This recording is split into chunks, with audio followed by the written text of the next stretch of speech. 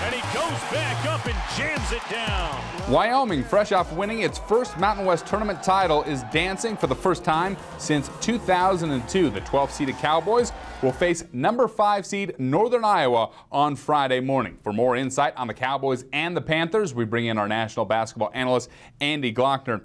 Andy, you've said it all year that if Wyoming was fortunate enough to get into the NCAA tournament, they were going to be a tough out. Do you still see it that way as they get ready to take on UNI? I think they will be a tough out. I don't know that they drew the best opponent for that scenario to unfold. I think there's some good if you're a Wyoming fan. I think you're looking at a team that is not going to overwhelm you 1 through 5 with major conference athleticism. And I think that's a thing with a thin Wyoming lineup where they only really, let's be honest, they don't really only go about 7 deep. And, they have some front court concerns if there's foul trouble. I think that's a plus. That might be the only plus, though, because Northern Iowa is a really good team that probably is underseeded as a 5. And they're one of the very few teams in the country that is comfortable playing at the pace that Wyoming prefers. So when I looked at Wyoming as a potential upset candidate, I was hoping they would get somebody that wanted to play more up-tempo and would be disrupted by the way that Larry Shiat and company like to play.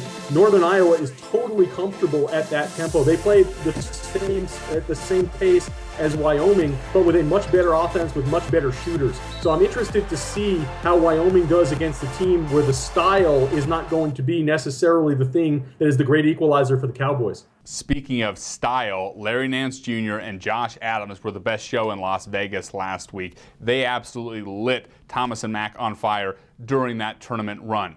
With that said, is that duo of Nance and Adams, is that enough to make a run in the NCAA tournament, pick up a win, or are they going to need significant scoring from another source?